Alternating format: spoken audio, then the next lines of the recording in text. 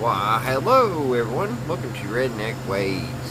How's everybody out there in YouTube land doing? Hope everybody's set fine and dandy. Not doing too awful bad, guys, here in old Kentucky. It is Tuesday evening. It's about 15 minutes till 10.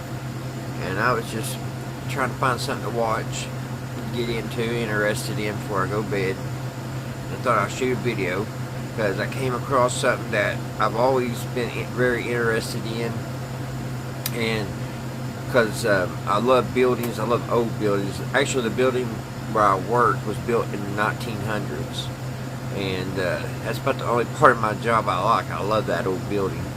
But I thought we would look at some of the old buildings that they built back in the day, and some like in the old world fairs, because it boggles my mind how in the world they built those houses or those big old buildings just for a short time and then turn around and bulldoze them down. And I don't understand how in the world they would build them in 4 to 5 years. I think maybe a couple of them maybe took a little longer, but you know, it would take, you would think, take super long time for some of these big stone structures. So I thought I'd bring you guys along with me, guys. My parents are downstate at my brother's house. My son's at the beach, and my daughter, she's getting her 3 kids ready to go to school. I think they start tomorrow. So that puts old Dad right here, just been kind of alone. I guess that's the curse of me having my kids young. They're grown now, and they don't, you know, they don't have time, not much time for their dad anymore. And it really, the empty nest syndrome really does exist. And it's kind of mind-boggling to try to figure out what in the world I'm going to, you know, do from now on. Because for the most part of the last 20, 30 years, I've been, you know, taking care of my kids. So it's a big difference. It's a big thing to switch over and try to figure out what you want to do next. Which I always wanted to travel. So I'm hoping this channel here will help me be able to travel a little more once we get a little bit, you know, bigger. And we've already got us 500 subscribers, and I thank each one of you guys. Thank you all so much. Y'all didn't have to, but you did. Y'all subscribed, and I really appreciate that. So yeah, I really do want to do a lot more traveling as soon as I get things in order and get my new tires and stuff on the truck and stuff. So you guys can be looking forward to that. Also, fishing, but it's been so hot here. I've been wanting to go fishing, but it's been in the it's about 94. I think it topped out at 97 degrees today, and with the humidity it's probably about 103, 104. It's just been like that all week. It's been horrible. But enough of me blah blah blah. I get on, I can't shut up. But yeah, I just wanted to say here, guys, if you're interested in this, and we'll kind of watch this together and see these old beautiful buildings they built.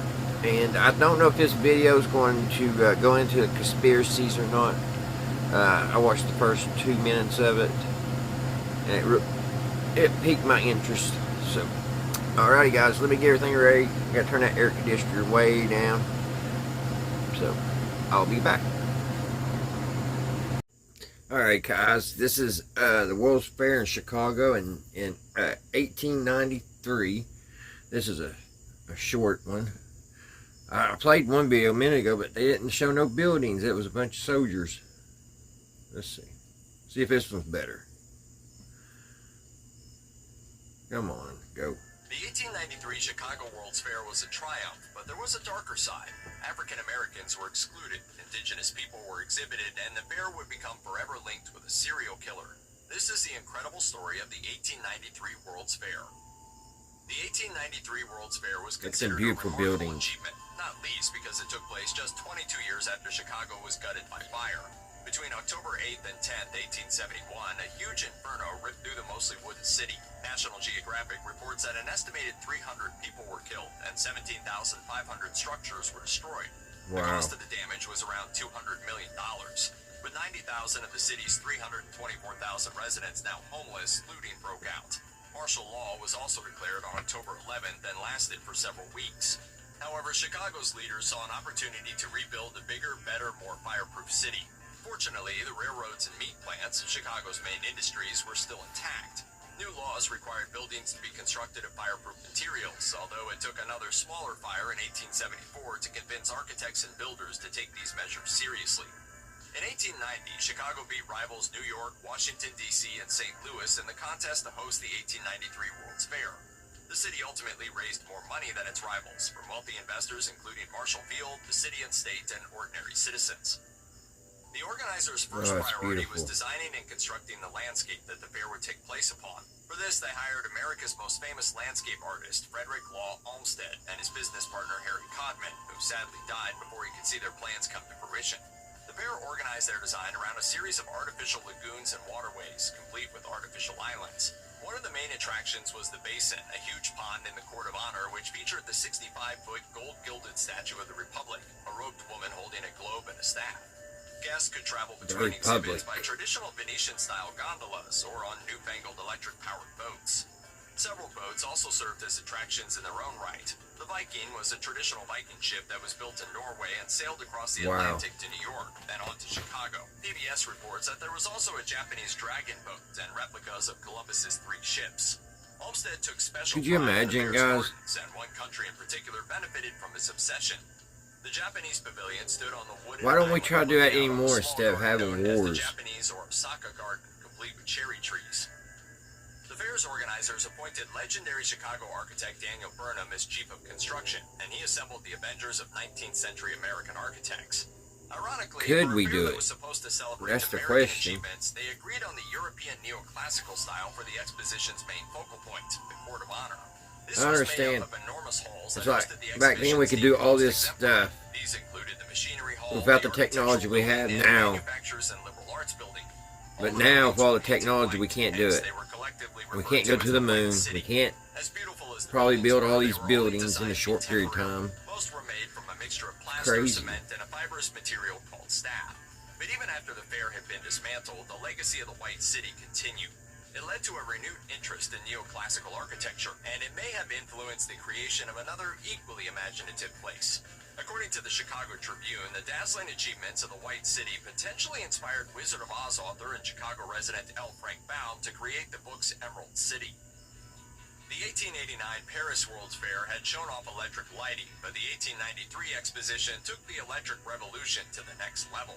Most Americans had still never encountered this seemingly magical technology before, and they got a dramatic introduction. At the fair's opening on May 1st, President Grover Cleveland pushed a button and the electrical power turned on.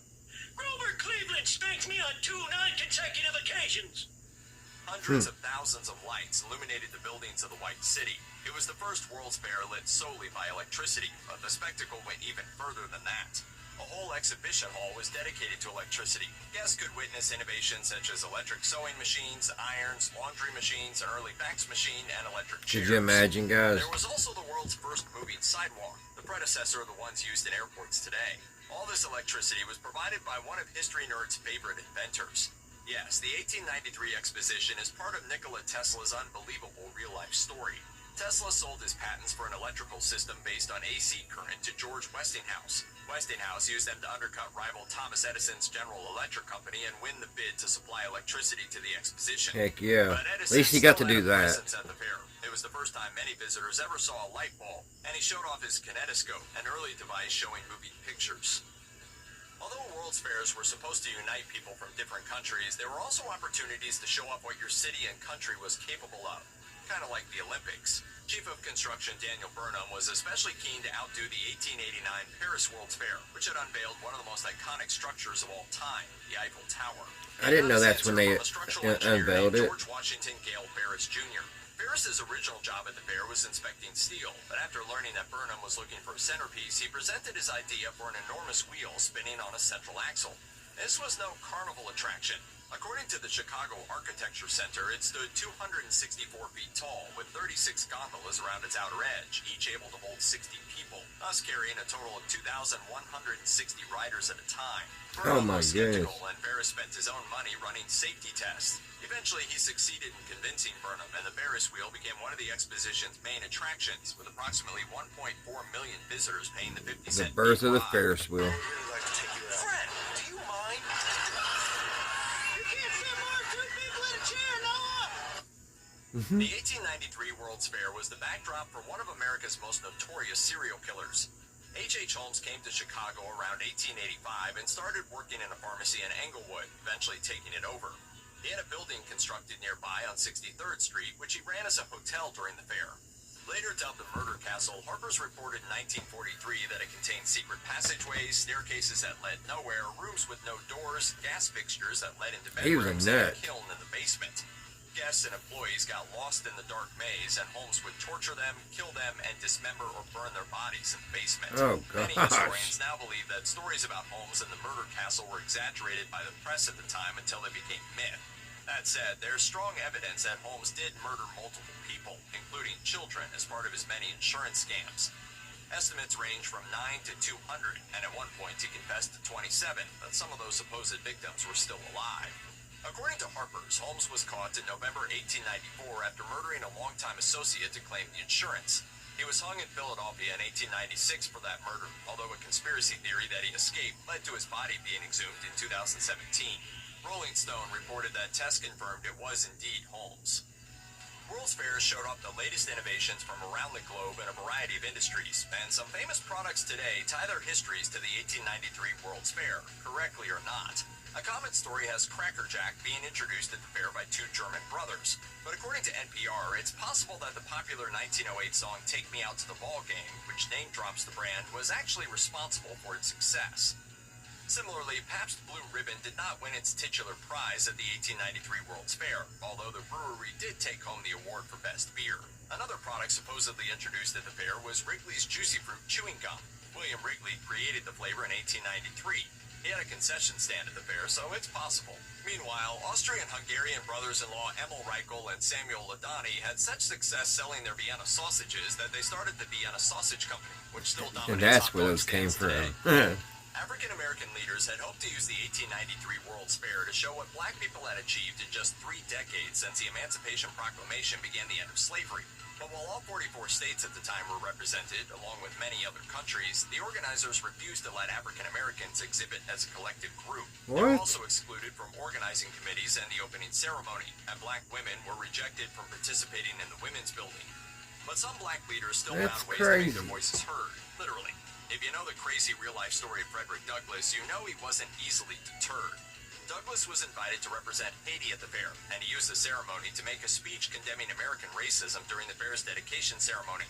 Well, When he the fair should have. opened, he and fellow civil rights legend Ida B. Wells and 2 other activists wrote and handed out a pamphlet on the same theme. The organizers made one capitulation. They deemed August 25th a day for celebrating African-American achievements.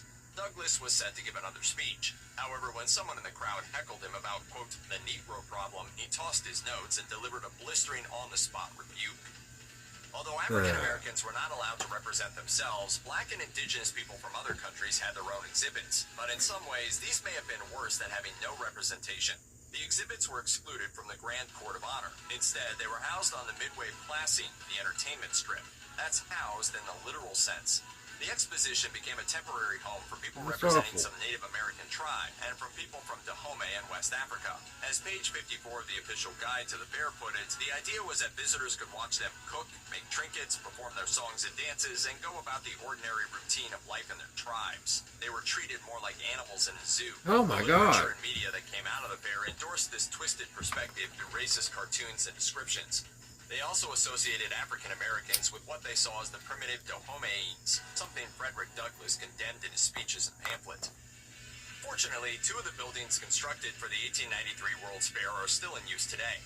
The first building is the Palace of Fine Arts, which was I thought they was specifically built to for tear the down. It was used to display works of art from all around the world during the fair. After the fair, the building became the Field Museum, housing natural history artifacts. In 1921, the museum moved to its current location on Lakeshore Drive. The building stood empty until a restoration project started in 1926 prepared it to become the Museum of Science and Industry, just in time for Chicago's next World Fair, the 1933-34 Century of Progress. It's still there. The current entrance was the back during the fair. The other building may be more familiar. It's one of the things in Ferris Bueller's Day Off you only notice as an adult. Bueller. I love that movie. I probably watched that about 100 times. On the south side of Chicago in Jackson Park, the World's Congress building was downtown. It hosted the World's Congress Auxiliary, a series of meetings on the social topics of the day. Afterwards, it was taken over by the Art Institute of Chicago, which had partly funded its construction. We can't visit the 1893 World's Fair, but thankfully, we can retread the visitors' footsteps in these beautiful buildings. Check out one of our newest videos right here. Let me see, guys, if I can find us another short video. Alright, guys. I haven't pre-watched this one, so I hope it's okay. I'm trying not to get into the big conspiracies. If you want to go down that rabbit hole, I'm going to let you do that on your own, on how the World Fairs were built and all that crazy stuff, because it is a rabbit hole. But I just want to see the old buildings.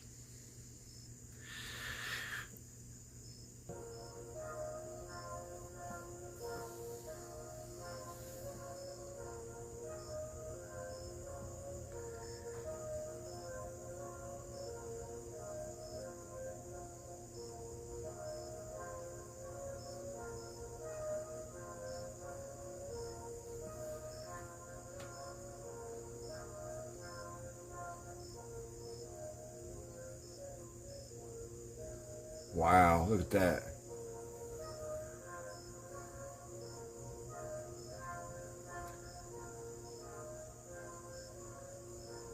That's where they were just blowing them up. That's another thing is really neat, is the airships. Every building had a place for them to dock. That's something, if you haven't got into, guys, really neat. It makes you wonder why they really quit making, because they could have used helium or something explosive. Every skyscraper and everything, when they built it, they put a staircase on top of it just for the airships. They would even dock on airboats or boats and everything.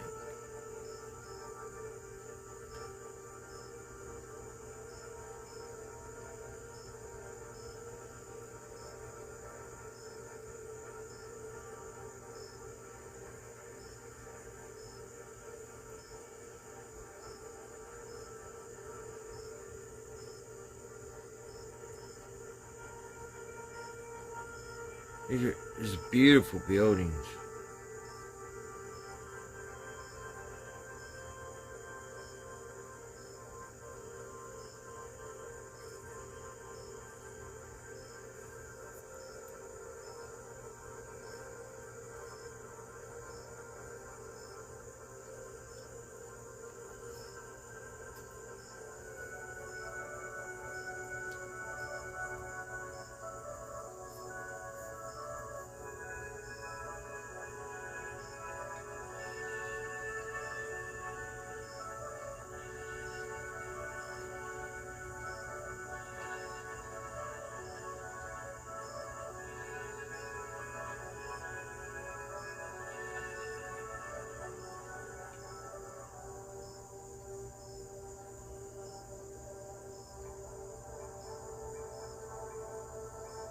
That was an amazing building. It was all built out of glass, and they built it in record-breaking time. I remember watching a documentary on it. I forget the name of it.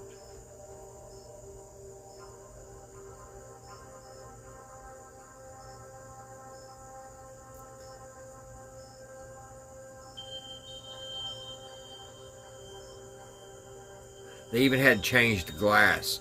So all the glass the first time didn't work. So they took all those panels out. And they put all new in record-breaking time. I think they did it within 2 or 3 years. It was crazy.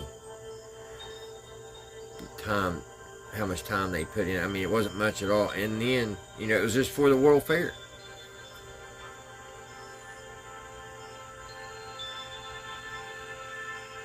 Imagine how many people it would take to do something like that. Just that one building, they built statues and everything all in that time, short time period. It just don't make sense how they did it. Not with the technology they had.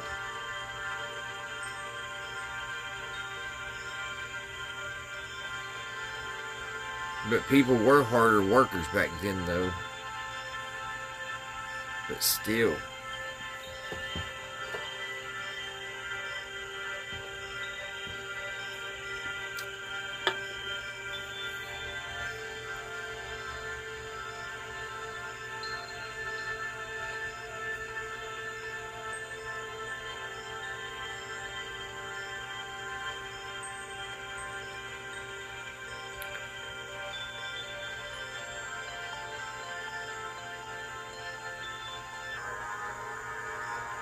There's airships.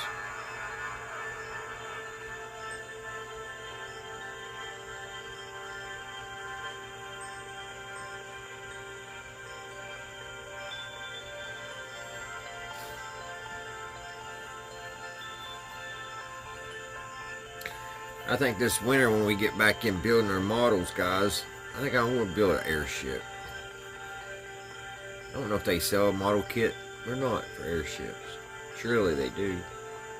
That'd be pretty cool, wouldn't it?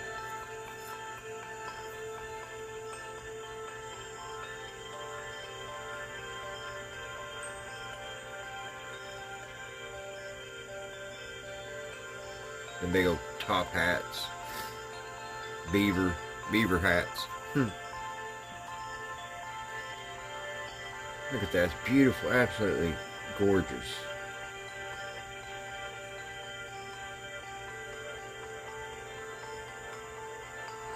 And I wonder how they used to mark all that off for all that geometry.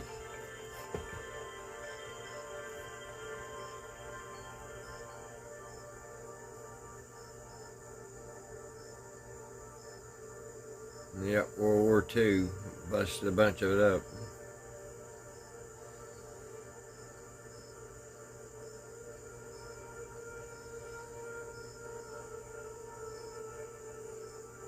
What in the world?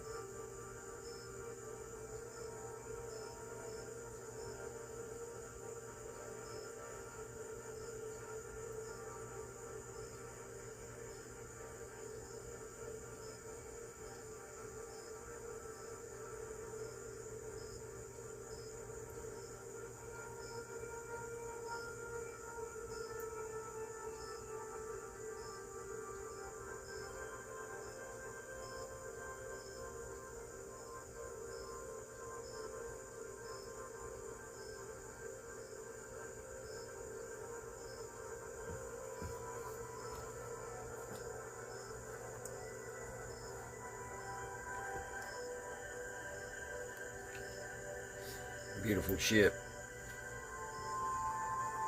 Just look at that building, guys. All the little statues.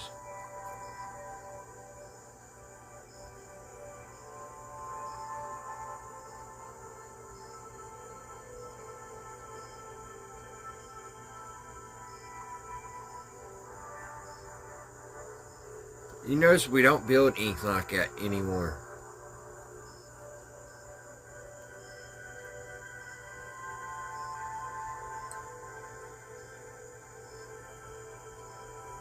What's up for all the harps?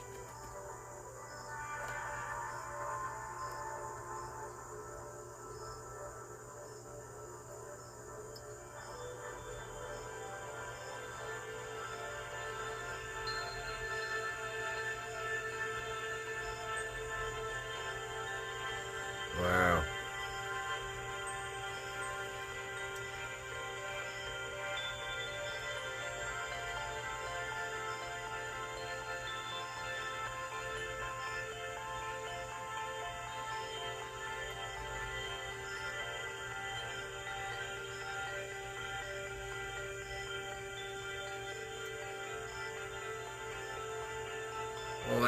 carved out rock.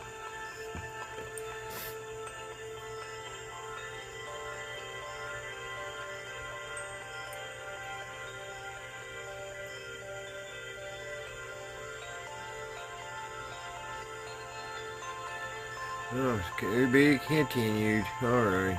That's pretty cool. Well, can't get it off.